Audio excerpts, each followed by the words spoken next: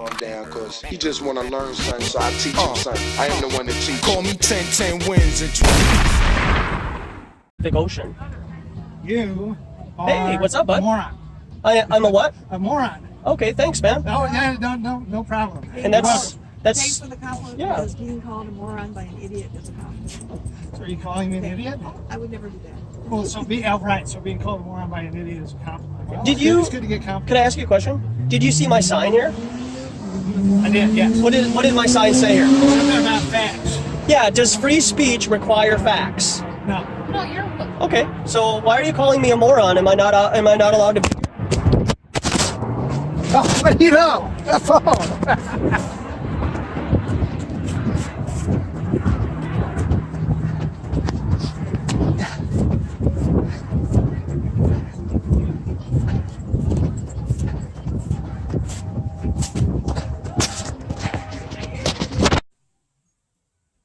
All right, everybody. Here we are. Here we go. Here we be.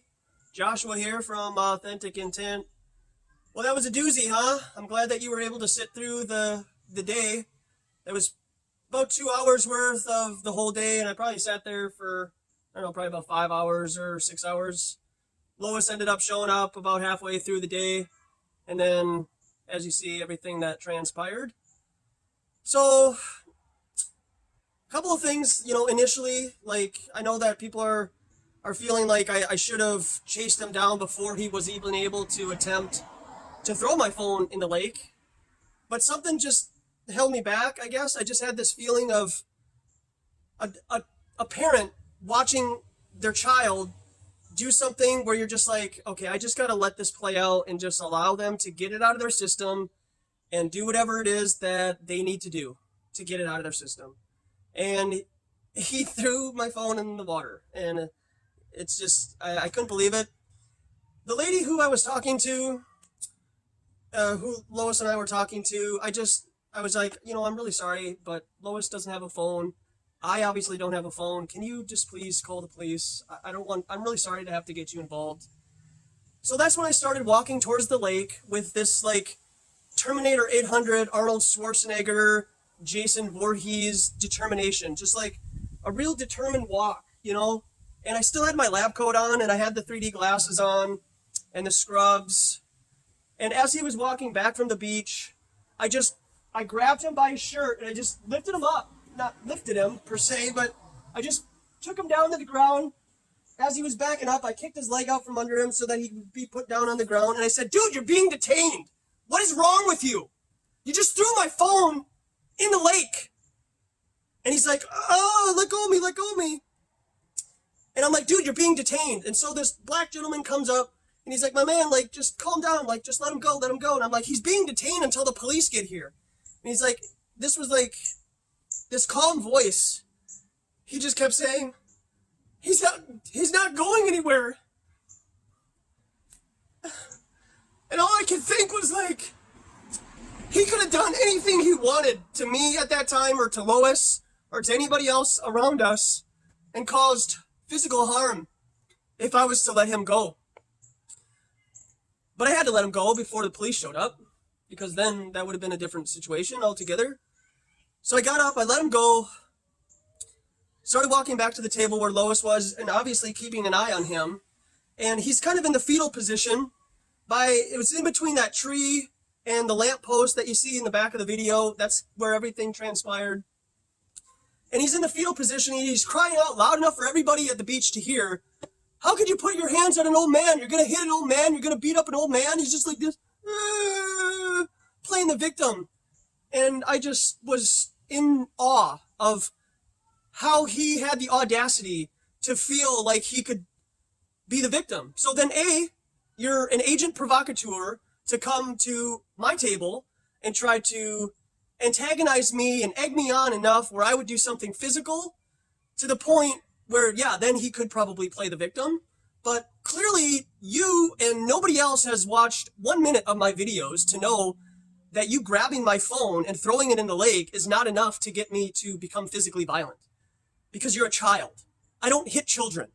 I will take them down and restrain them, but to physically wail away on somebody while I have them detained like people in particular uniforms seem to have the pleasure of doing and getting their frustration and anger out because the Twins lost a game yesterday, then yeah, I could see why people would do that. But me, Joshua, I'm not going to do that. But I will protect myself. And I have a right to protect myself. And I have a legal right to be there and film people in public, on public property, and talk about whatever I want to talk about. Whether it be flat earth or Santa Claus is withholding wages from his elves. If I want to set up a table and talk about that, then that's what I can do. And that's my legal right and my freedom to be crazy. And we all have a right to be crazy and not have some rat-faced person come up to my table and verbally accost me. So, the police finally showed up after all that happened, and the woman who had called the police ended up giving her testimony, and then this man gave his testimony also, and he admitted that he threw my phone in the lake. So much so that I was able to get the police officer to ask the man which direction he threw it in. And the whole time, in between times of the police walking away and the man being alone and so on, he's still trying to verbally accost me and get me to do something stupid. And Lois is here and just is like, don't even listen to him. Don't worry about what he has to say. He's just trying to be an agent provocateur, basically. And so, as things, kind of progress, they end up charging me with disorderly conduct. I get a citation. And then on the bottom, which you'll see a picture of, the case number is allegedly wrong because when Chris and I showed up to the park police yesterday to show the video to the sergeant so that could be admitted into the case file, the sergeant wrote in his own pen the proper case number.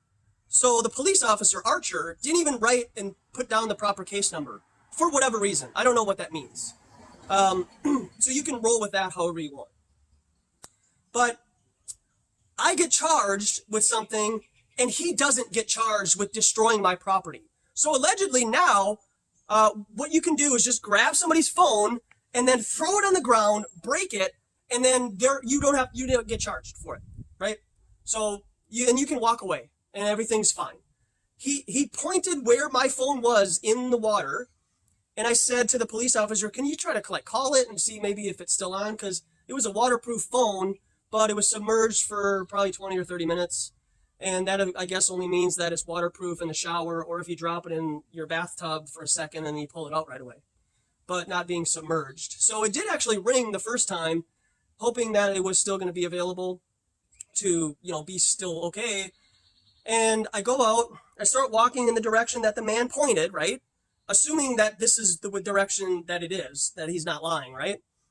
And I don't know what came over me, but I'm having these negative thoughts about how I'm going to kick up the soil while I'm walking. I mean, I walked in there with my socks on, my scrubs, and a collared shirt that I had underneath the lab coat.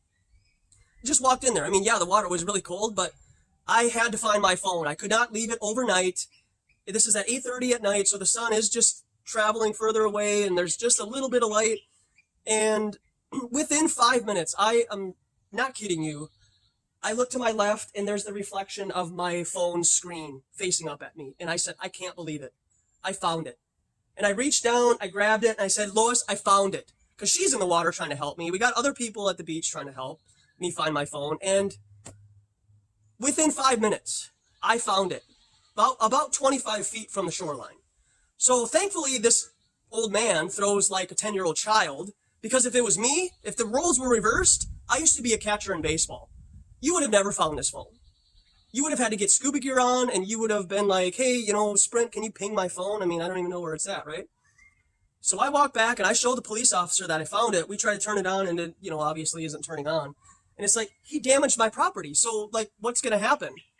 And I guess, they didn't show me the citation, so they just told me all this verbally, that he got cited for damage to property or whatever, and that's it. So he doesn't get charged for assaulting my selfie camera and my property in my phone in the first place. So that's cool. And even to the extent that they give this guy a ride back to his car. No joke. They gave him a ride back to his car. Can you believe it? Okay, so I'm just trying to think of anything that I'm forgetting.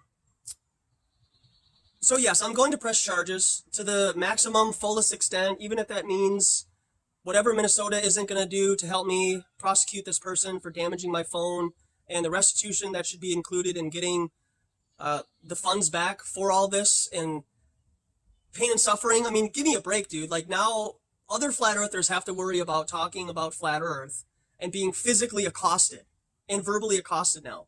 Because if I go downtown Minneapolis right now and I call a particular group names, I get labeled as hate speech. But I guess this guy can come to my table in public property and verbally accost me, and that's not called hate speech. Well, we're going to progress this as far as we can go. Whether people want to help me out financially, legally, give me advice or whatever, there are people that just aren't going to do it.